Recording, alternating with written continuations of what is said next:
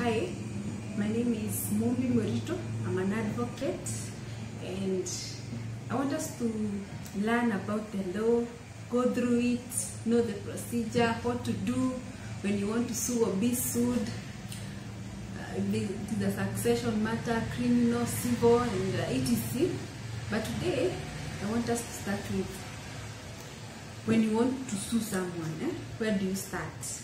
Number one, the most important thing about suing is that you have to write a demand letter. You can write it by yourself or through an advocate. When you write the letter, state your claim. What are you claiming from that other person? Number two, make sure that you are courteous, firm and precise, and make sure that your claim is clear. Then of course you give that person a few days to fulfill that claim, like 14 days. If they don't, then there will be legal consequences. So that is the demand letter. That is the beginning of litigation. So after 14 days, that person can either reply or not. If they don't reply, now you can prepare to go to court. If they reply, you can negotiate out of court, or you can negotiate out of court, or if you're not happy with the reply or whatever they are proposing, you can also go to court. And now you want to go to court. What pleadings do you file and what do you use? Number one, there are several ways of, before even you go to court, there are several factors that you need to consider. Number one, do you have the capacity to sue? Because if you are a minor, you can't sue. Or if you are of unsound mind, you can't sue. You have to sue through your parent or through your guardian, because a minor can't sue someone with unsound mind. Number two, do you have the localized standard? Do you have interest in this case? Because if you don't have interest, you can't sue. Actually, your suit will be dismissed. So you have to make sure you have interest in the case. Let's say, for example, your father was the owner of a parcel of land and he died and someone else is claiming ownership. So you have to go to court, but your father is the one who has interest, you don't have. So how do? You go for a limited grant or a full grant or grant. So we'll deal with succession when we go there. That is number one. So that is we have dealt with capacity, local standard. Number three is that do you have a cause of action? Have you suffered a wrong capable of being remedied in court? Yes. So that is the other one. The other one is jurisdiction. You determine which court has jurisdiction to hear your case. Because if you don't, the other party can file a preliminary objection and your suit will be dismissed. Or you'll be required to transfer it to the other court. So make sure that you go to the court of competent jurisdiction. Now, you have determined all this, everything is positive. So now you go to court. How do you file your pleadings? So how do you file your pleadings? Number one, you can file them through a plaint. Number two, through an originating summon. We call them OS. Number three, through petition. Number four, through interpleader. And number five, through appeals. There are some others that can be filed through a miscellaneous application, but we'll go through each and every one of them. So today, I want us to go through a plaint. The plaint, what is contained in the plaint? What do you expect to put there? And there'll be a template. So at least there'll be a template, so everything will be catered for. Number one, make sure there's the caption. The caption, it contains the court which you are going. Number two, it contains of course there'll be the case number which will be given in court, but you have to leave a dash so that the case number will be written there. Then there are the parties, the plaintiff and the defendant. Then there's the title of the document, which is plaint, and the track. There are three tracks: small track, small claim, is fast track, and multi-track. Small claim is where there are, of course, there are no more than two people, and the value of the claim is less than 49,999. There's the fast track where there are there are undisputed issues and facts, and there are not many people, and it is assumed that it will end within 180 days after pre-trial.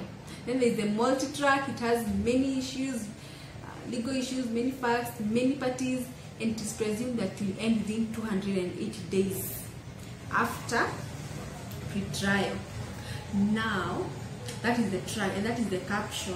Then there is we go to the body. The body contains the description of the party. You have to describe yourself, then you describe the defendant. Then you say, like, the defendant is an adult male of sound mind, residing in Kiambu in the Republic of Kenya. Then, of course, if you have an advocate, you write for the service. You also describe the defendant in the same way. Then you state the facts of your case. You state them at each and every fact. If there's anything that you want to particularize, you make sure you particularize. If it is fraud, negligence, loss and damage, make sure that you particularize it and put all those particulars very, very well. Then the other thing that is contained in the body is that you have to say that you served the demand notice and it was not satisfied. The other one is that the court has jurisdiction, not the court you're going. The other one is that there is no suit between, there is no any other suit between you and the defendant. If there is a suit between you and the defendant, make sure you state that there is a suit and you state the suit. If it is succession cost, you can just write succession cost. Okay, so then you go to the prayers. For the prayers, you have to state whatever you are praying, whatever you want the court to grant you, put it there. Don't assume that the court will give you prayers that you have not asked. No, you ask, you'll be given what you have asked. So put everything, even though you just write that the court to grant you any prayer that it feels just and fit to grant. No, put every prayer that you want the court to grant you, make sure you put it there. Of course, you sign your document, you date it, drawn and filed by, if it is an advocate, say the advocate. If it is you, just write drawn and filed by you. Then you served upon the defendant. There are several documents that accompany the plaint. Number one is a verifying affidavit, list of witnesses. Of course, you state yourself, and if you have any other witness, you state them, and you make sure that you write a statement. You write statements of whatever you're going to go in court, and you write statements. You write your statement of any other witness will come to court, because when you go to court, you have to adapt that statement. Okay. So the other one is list of documents. Everything that you intend to rely on, you put it there as your list of documents. Then there is the witness statement. That is witness statement. That is what I was talking about. Witness, you write your statement and the witness and the statement of any other witness that you bring to court. Yes, now that is a plaint, full plaint. Now when you file, you'll have to serve when you file now your document, you'll have to serve the defendants. Will go to service in details. You have to serve them personally. If they can't be found, you can serve through substituted service, through poster or through gazettement. You serve them through Nation or Daily Nation or through Standard. We'll go to there in details. After you serve, of course, the defendant, they have to enter appearance and file a defense. And if they have anything, they can even file a defense and counterclaim. We'll come to that in details. Now, after they have filed, you go to pre-trial. Pre-trial, you are supposed to ensure that you have complied with everything. You have filed your statement, your document, you have dealt with everything. And to ensure that you have complied, you file a pre-trial questionnaire and also your list of issues. You, together with the defendant, you have to file those. Then now, after you have served, you have complied with Order 11, then now you can go for hearing. What if you serve the defendant and they don't enter appearance, or they don't file anything? Number one, you can go for interlocutory judgment. Yes, you can go for interlocutory judgment. And if your suit is for liquidated damages, like for money, you'll be given orders. Then you'll go for execution. if it is for unliquidated damages which require assessment by court, then you have to go for formal proof. You go for formal proof, you go for hearing, then you'll be granted your prayers at the end of the suit. Yeah, we'll talk more about summary judgments, interlocutory judgment, types of judgment. We'll go through them. Now, okay, you go for hearing. After the hearing, you file your submissions. If the defendants enter the appearance and file the defense, they have also to serve you. And you go for hearing. If you have complied with order 11, you go for hearing. After the hearing, you write your submission and these judgments. For now, I just want to talk about the plaint and what is required in the plaint. So I hope that has.